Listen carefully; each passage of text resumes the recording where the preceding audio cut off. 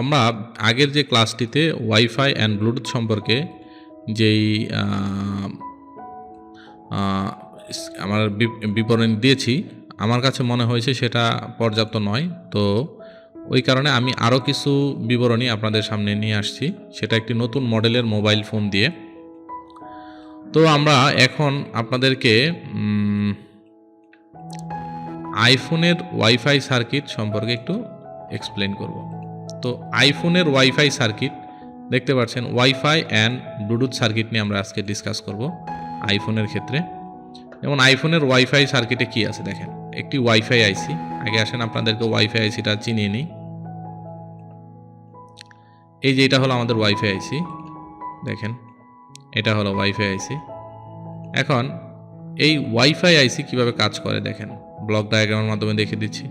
সর্বপ্রথম চার্জিং আইসি থেকে যে ভোল্টেজ, ভিডিডি মেইন যে ভোল্টেজ ওয়াইফাই আইসিতে যাবে, তারপরে পিএমইউ মানে মেইন পাওয়ার আইসি থেকে 1.8 ভোল্টেজ অ্যান্ড ডব্লিউল্যান মানে একটা ইনাবল সিগন্যাল যাবে, সেটা হলো আমাদের মেইন পাওয়ার আইসি থেকে।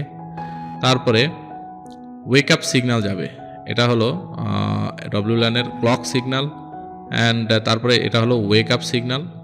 এই লাইনগুলো যদি মিসিং থাকে নর্মালি আমাদের ওয়াইফাই ওপেনই হবে না। এই ওয়েক আপ সিগন্যাল যদি মিসিং থাকে, অনেক সময় ফোনও ওপেন নাও হতে পারে, ফোন ডেডও হতে পারে, এটাও মাথায় রাখতে হবে।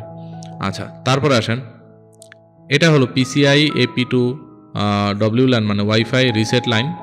তারপরে পিসিআই ডব্লিউল্যান AP2 ক্লক লাইন। হ্যাঁ, এটা হলো ওয়েক আপ লাইন। হ্যাঁ, এই যে লাইনগুলো আছে, এই 1 by 1 এগুলো হলো সব সিগন্যাল লাইন। এই লাইনগুলো আমাদের এক এক করে ওয়াইফাই আইসিতে গেছে। তারপরে এখানে আবার দুইটা লাইন আছে, ডব্লিউল্যান আপনার বেসব্যান্ডের দুইটা লাইন আছে। হ্যাঁ, এই সবগুলো লাইন যাওয়ার পরে এখন ডান পাশে যে লাইনগুলো আছে দেখেন, এইখানে একটা বিষয় আছে মাথায় রাখতে হবে। এইখানে একটি কয়েল আছে, ইন্ডাক্টর।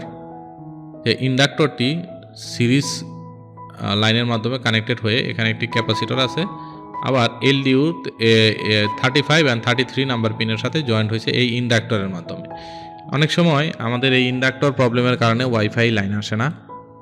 তারপরে এখানে আসেন 2G কোর এবং কি 50 LAT ডব্লিউল্যান কোর। ওকে, এই যে এইগুলা হলো মূলত এন্টিনার লাইন। যেমন ধরেন এটা একটা এন্টিনা, ওয়াইফাইয়ের যে এন্টিনা থাকে সেই এন্টিনা হয়ে এই লাইনটা ওয়াইফাই আইসির ভিতরে চলে আসছে। এর মাঝখানে একটা ফিল্টার আছে। তো এইটা মূলত আমরা যদি ওয়াইফাই যখন যদি স্ট্রং না থাকে, সেই ক্ষেত্রে আমরা চাইলে এখান থেকে সরাসরি এইখানে একটি জাম্পারিং করে দিলেও আমাদের এই লাইনটি কাজ করবে। আচ্ছা, এখন আসেন পরবর্তী 2G antenna and 5G antenna.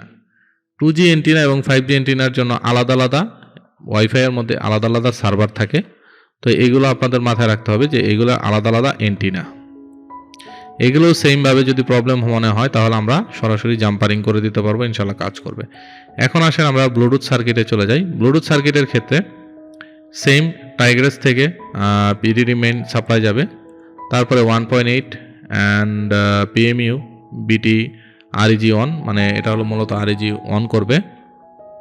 আরেকটা বিষয়, আমি তো প্রথম যে ক্লাসটিতে বলেছি ওয়াইফাইয়ের, যে ওয়াইফাই আর ব্লুটুথ কিন্তু একই আইসিতে কাজ করে, এটা মাথায় রাখতে হবে। এই কারণে আমরা দুইটা ক্লাস একই সাথে করতেছি। বাট বিগত যে ক্লাসটা আমরা করেছি সেই ক্লাসে ইনফরমেশন আমার কাছে মনে হয় কিছু মিস্টেক ছিল, মানে কিছু কমতি ছিল, যার কারণে আমি আবার এই ক্লাসটির উপর আপনাদেরকে ভিডিও তৈরি করে দিচ্ছি।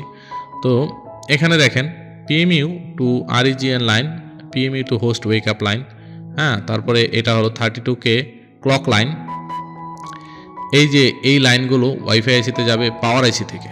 এমনকি সিপিইউ কী লাইন দেবে দেখেন, সিপিইউ লাইন দেবে AP2 BT ওয়েক আপ, মানে ব্লুটুথকে অন করার জন্য লাইন দেবে। তারপরে ইউআরটি সিগন্যাল, ইউআরটি এই যে লাইনগুলো যেগুলো আছে। তারপর দেখেন I2S কেন, I2S তো সাউন্ড রিলেটেড লাইন। হ্যাঁ, ওয়াইফাই দিয়ে ব্লুটুথ দিয়ে কিন্তু নর্মালি আমরা কানের স্পিকার আমরা যে হেডফোন ইউজ করি সেখানে আমরা কিন্তু অডিও সাউন্ড যায়। তো এই কারণে এই I2S লাইনটা ব্যবহার করা হয়েছে। এর মধ্যে ব্লুটুথের জন্য নির্দিষ্ট একটি এন্টিনা ব্যবহার করা হয়েছে, একাধিক এন্টিনা, দুইটা এন্টিনা আছে, দেখতে পাচ্ছেন যে এখানে দুইটা এন্টিনা আছে। তো এই এন্টিনাগুলো যদি কোনো প্রবলেম হয় তাহলে ব্লুটুথে ফ্রিকোয়েন্সি কম পায়।